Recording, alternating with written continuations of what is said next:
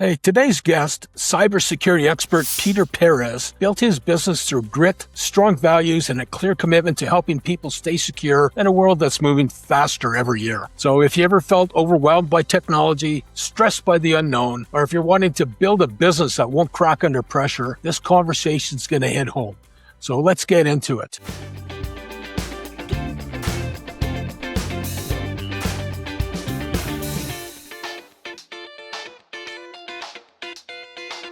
Hey, today's conversation with someone who's seen business at its best and gets called in when things go sideways. So I'm joined by Peter Perez, president of PCE Solutions. For more than 15 years, Peter's helped companies stay secure, productive, and prepared for what the digital world throws at them. So what stands out about Peter is that he's not a corporate, he's not scripted, he's grounded, practical, and genuine, and deeply values-driven. So he puts people first and technology in its proper place. So Peter, great to have you here. Thanks for inviting me, Greg. Really appreciate it. So Peter, let's start at the beginning because your path into this world says a lot about who you are today. So you shared with me that you grew up loving tech and also understanding the risk of it. But when did you first realize that tech was something that you wanted to build a business around? Yeah, for me, I've always had a kind of a knack when it came to technology. At a young age, I was the go-to guy with anything technology related. If it was broken in the household, go to me. And, I would take care of resolving it. And over time, I kind of developed a reputation of being that go-to guy for friends and family. So,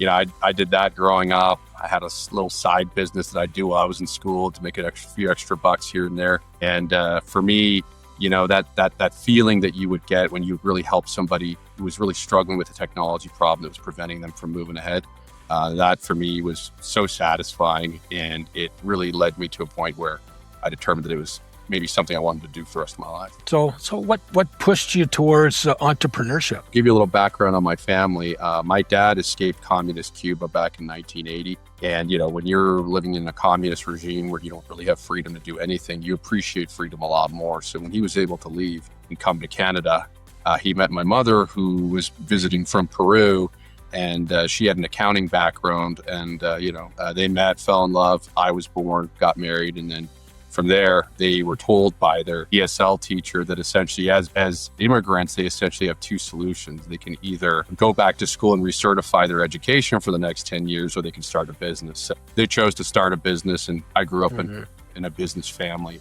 as a result. So entrepreneurship, I think, was just really bred into me. Yeah. Yeah, it really takes roots, doesn't it?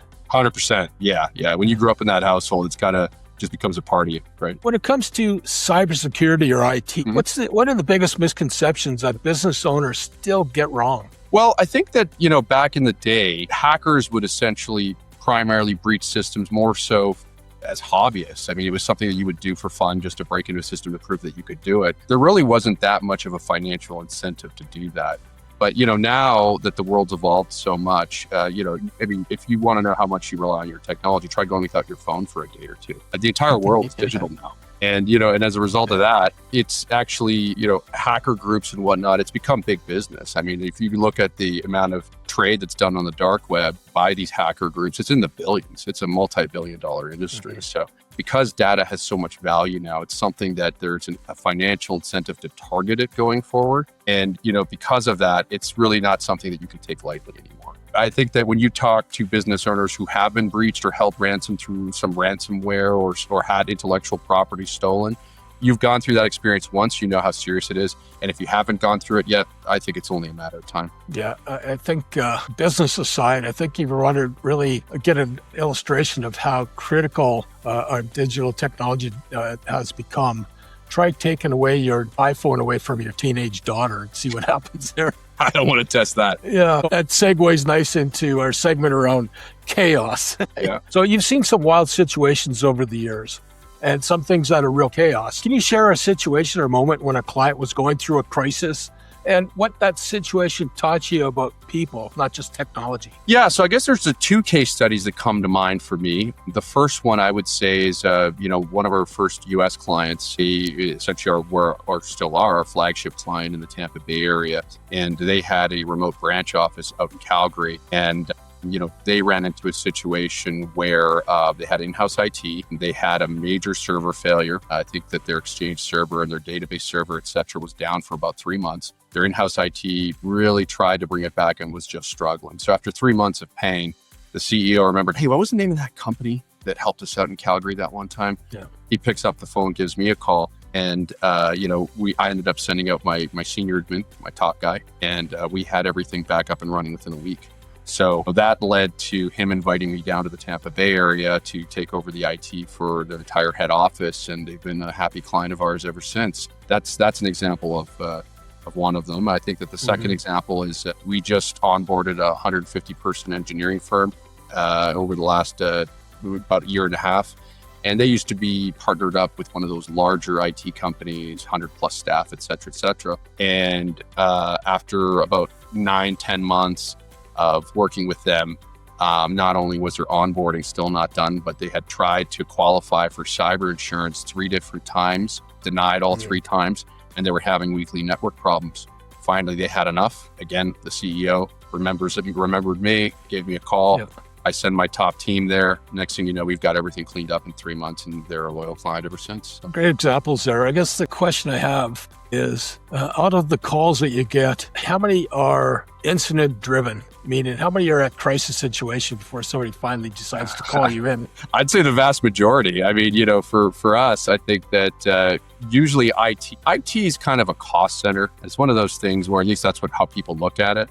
They don't look at it as a cost center. And usually, unless there's a fire that needs to be put out, people don't really have the incentive to pick up the phone and call. So I'd say, the vast majority, 90% plus of the clients that reach out to us, it's because things are on fire. They don't know what to do. So we come in, we put out the fire and get things running smoothly. Right. What's that old Ghostbusters say? Who are you going to call? Yeah. Peter.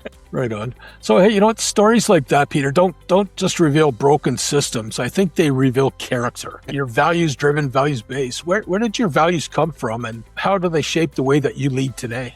Yeah, that's so. I grew up in a Christian household, and as a result of that, I think that integrity, honesty, and doing what you say you're going to do has always been a part of my core values. So much so that we've actually worked it into our company values. I mean, we've got the acronym WIRED for our company values, sticking with the nerd theme of WIRES. And that stands for work ethic, integrity, respect, excellence, and determination. And we screen everyone that we want to hire to work for us, or clients that we're potentially considering taking on. We screen for these values because it's that important to us. I mean, where they come from, I think, would obviously my upbringing, but I think secondly also is just, I've experienced some personal betrayal in my life. I've experienced betrayal in business, and that's not a good feeling. And it's not something that I'd ever want to put someone through either. So because of that, we really live by those values. Yeah, those are, I call that values in action. You got it. I would think that those values actually show up pretty big when you're dealing with business owners who are completely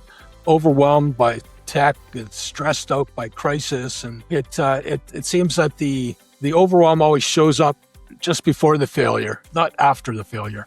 So when you meet a business owner who's feeling lost or stressed out about their IT, what's the first thing you want them to understand? Yeah, I would say that a lot of times, especially if they're in crisis mode, I mean, it's one of those things that pretty much every technology problem has a solution. Now, whether or not, the biggest risk you face really is data loss. The thing is, if you've got the right contingency plans, the right backup solutions in place, you can recover from the vast majority of data loss risks and whatnot. But I would say that the number one thing to consider is just the foundation of your system. In many cases, the way the story usually goes is a business starts out and they just start slapping things together the best that they can. And the next thing you know, you've got a Frankenstein-style system that doesn't have a lot of foresight or long-term planning built into the foundational structure. So what I would say is that if you haven't ever gotten to the point of ensuring that your system your foundation is built in a way where not only is it following best practices that come from formal education and experience, but it's also designed to scale, you might want to have a second look at that. Yeah, I think the discipline of building out a structured IT foundation that bears security in mind is I would say it's been few and far between until incidents happen, and then all of a sudden it becomes a priority. Exactly. And you know what? The thing is, when you've got a raging fire at your business, i.e., your crypto locked, or you're looking at data loss, et cetera, that's the wrong time to be implementing these solutions and responding to them. You really want to get ahead of these things so that, Murphy's Law, if it does happen, you're ready for it and you've got a plan A, B, C, and D. So speaking of chaos and fire, the world's changed fast in the last few years, and not everybody's been able to keep up. So what's a shift in the business world that owners still haven't fully wrapped their heads around? Well, I think I touched on it earlier, just one of those things that having a strong cybersecurity posture is no longer optional. It's really something that you need to have nowadays. It's one of those things where, especially now that attackers and bad actors are using AI to help them with their cybersecurity attacks, and just, it's able to increase the number of targets that they can attack at once. It's one of those things where you really need to start thinking about this stuff. You really need to start getting ahead of it. And if you don't have cyber insurance yet, you should definitely look at getting some cyber insurance. Yeah, AI has not only increased the frequency of the attacks, but the speed of the attacks and the sophistication of the attacks. So I think that points to cybersecurity as a leadership issue. It's no longer just an IT problem. It really is. It's a leadership responsibility. Absolutely. And especially like one of the things that we do a lot is we deal with a lot of compliance. So because we deal with the healthcare space, we deal with engineering firms that have access to controlled goods, et cetera, really need to start looking at your cybersecurity posture, not just from purely a business resilience perspective, but the fact that there are now compliance requirements that you need to have in place in order to comply with these standards that are set by these frameworks. Sure. Just by nature of your business and some of the other associations you belong to, you've been around a lot of sharp entrepreneurs, again, through the EO community and other basic communities, just the customer base you deal with. So what have you taken away from or have learned from being around these high performing leaders? I met a fellow who's around my age, highly successful fellow, and he was the one that gave me the advice to join EO. And that I can't believe how transformational that's been for me. When you're brushing shoulders with other successful entrepreneurs, and you're learning kind of what makes them tick and just their ability to problem solve. I think that one of the things that I find in common is a lot of people, you think you're alone when it comes to these difficult business problems, and really you're not. A lot of people have gone through what you're going through. And by brushing shoulders with these people, you kind of learn different strategies, and a lot of problems that you think are new to you, they're not, and other people know how to solve them. And one of the things that I've noticed when it comes to, effective executives is that they have a lot of grit. And when, a disaster strikes, they keep their composure, they stay calm, they focus on solving the issue. If you've got a lot of good strategy ahead of it, then when it comes time to respond, like a formal disaster recovery plan or a business continuity plan, you already know what to do. Okay. So, most great leaders, like you say, have lived at least through one tough season. What's a challenge in your own journey that shaped how you lead today? Well, I think that, in the early years, like the startup phase, that's anybody who started a business from the ground up can tell you you're working 80 hours a week. You're not taking any days off. And that's, and when I say 80 hours a week, it could be, maybe even 7 days a week that you're working that. It doesn't matter. You need to do what you need to do in order to keep the business running. And when I went through that phase, I would be surprised if it took some years off my life, to be honest. But I think that one thing we went through is I remember, while most of my friends were out partying and going to clubs or whatever, I was the guy who was driving around 2-3 in the morning to go to client sites to put out server outages. Or, one story that comes to mind actually was that one time we had a client one of our first clients, and they were opening their store the following day. And, one of the vendors that they hired to come in and do a job ended up deleting, pretty much wiping out all the work that we did, deleting Active Directory, if that means anything to the audience. But we knew that they had to launch the following morning at 10 a.m. So, I called my wife at 2 a.m. to come drive a server to me to do what's called a swing migration. Did that, and we worked all night, and we met the start time. So they were able to start and launch their store on time. But that was an all-nighter that we did to pull that off. So that's an example of some of the struggles, and I think that one of our core values of determination that we commit to our clients is just if you have a business objective that needs to be met, we will meet it. Yeah, the expression that comes to mind, I repeated earlier, is this is an illustration example of your values in action.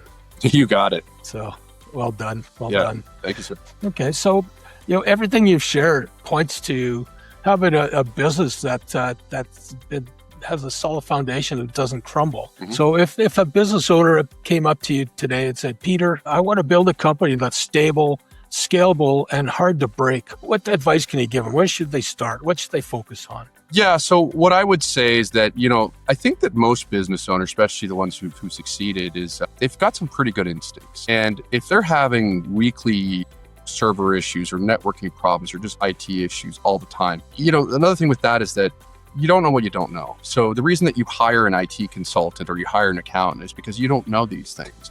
And you are trusting that they're going to be giving you good information. And I would say is that if your gut is telling you that something's off, it probably is. So it probably wouldn't be a bad idea to get a second opinion on just your overall IT setup and just see how it is.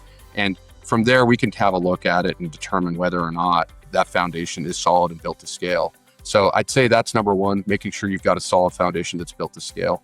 And then number two would be making sure that you've got really good contingency plans in terms of your backup strategy and your business continuity plan. I guess another aspect that gets overlooked in the early days is scalability. That gets to the planning and the design. And, it's hard to think about 5 years out when you're worried about, 5 weeks. Exactly, 100%. And I think that's really common with business owners is that, because your time is spread so thin and because you are trying to solve problems all the time, you have to focus on what problem is the most urgent.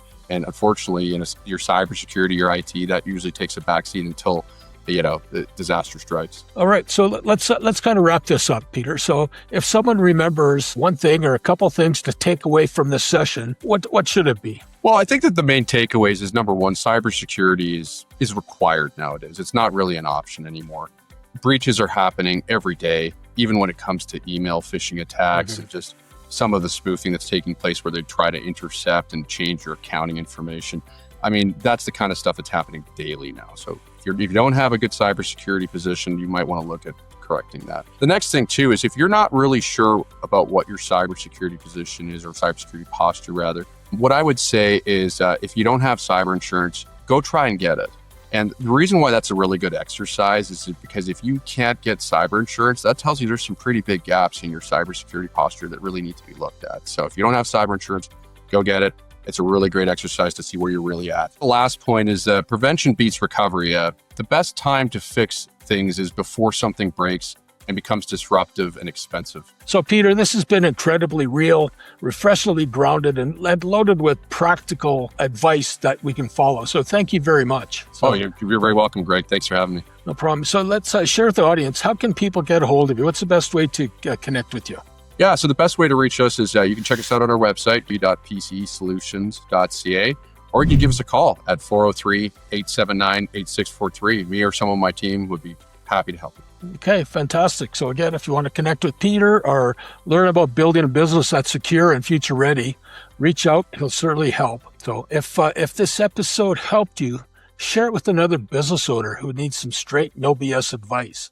Yeah, thanks for joining us on Top Dog Tips. We'll see you next time. Until then, it's Greg Belanger, the Top Dog. Hey, thanks for listening to today's episode of Top Dog Tips. You want more Top Dog Tips? Head over to yyccalgarybusiness.ca and subscribe so you never miss another episode. So do you have someone in mind who should be on our show? Tap the Be a Guest link on our homepage to apply. And if you're looking to raise your profile in your Calgary business community, join the YYC Calgary Business Network by signing up for a free business listing, and also check out our shop club designed to drive even more visibility and sales to your business. So until next time, stay visible, stay positive, and keep leading the pack. This is the Top Dog, Greg Belanger, signing off.